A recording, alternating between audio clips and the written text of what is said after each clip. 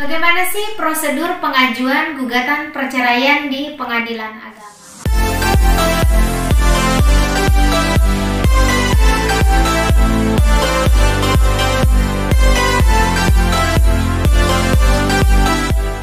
Bagaimana sih prosedur pengajuan gugatan perceraian di pengadilan agama?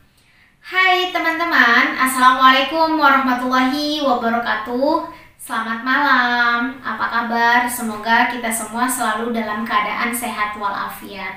Malam ini kita akan membahas tentang bagaimana sih prosedur pengajuan gugatan perceraian di pengadilan.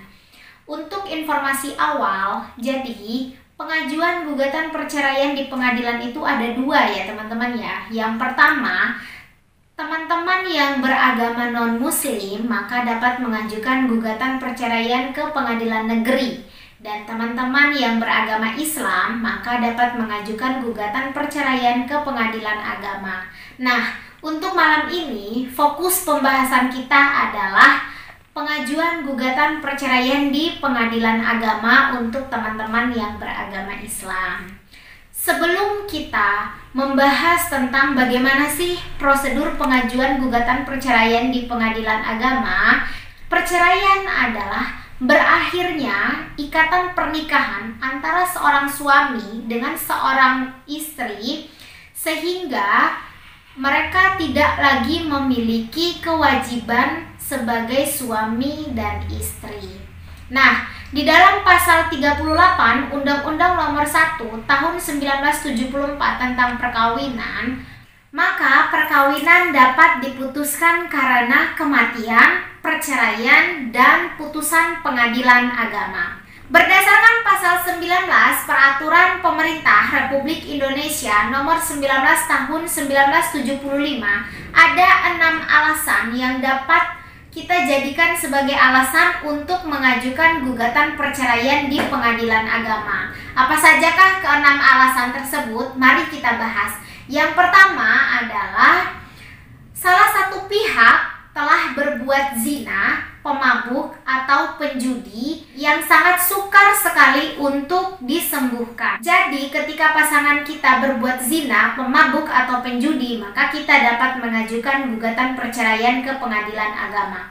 Lalu alasan kedua adalah salah satu pihak meninggalkan pihak lain selama 2 tahun berturut-turut tanpa izin, tanpa memberikan kabar, dan tanpa memberikan nafkah lahir dan batin. Alasan ketiga adalah salah satu pihak mendapatkan hukuman penjara 5 tahun atau lebih.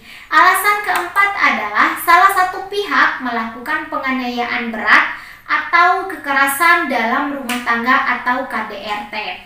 Alasan kelima adalah salah satu pihak mempunyai cacat badan atau penyakit yang membuatnya tidak mampu untuk melakukan kewajiban sebagai suami istri.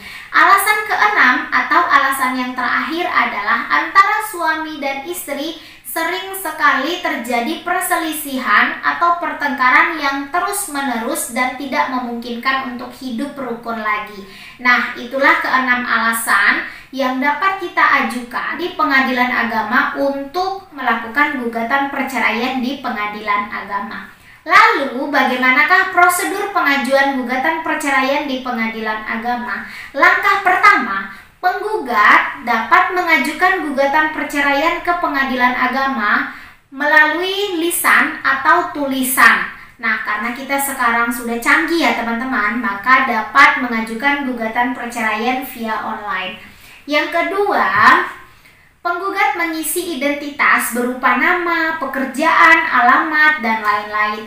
Yang ketiga, gugatan hak asuh anak, nafkah istri, dan harta bersama diajukan bersama-sama dalam gugatan perceraian.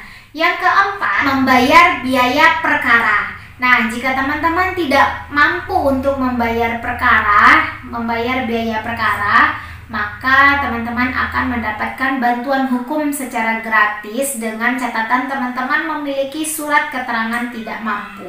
Yang kelima, setelah perkaranya didaftarkan di pengadilan agama, kemudian pihak tergugat dan penggugat akan dipanggil untuk melakukan sidang sekurang-kurangnya 3 hari kerja sebelum sidang dilaksanakan. Pemanggilan ini dilakukan oleh jurusita dan dikirimkan ke alamat penggugat dan tergugat. Langkah keenam adalah sebelum melakukan persidangan, hakim akan mengupayakan upaya perdamaian atau yang biasa disebut dengan mediasi. Jadi sebelum sidang, teman-teman akan dimediasi terlebih dahulu.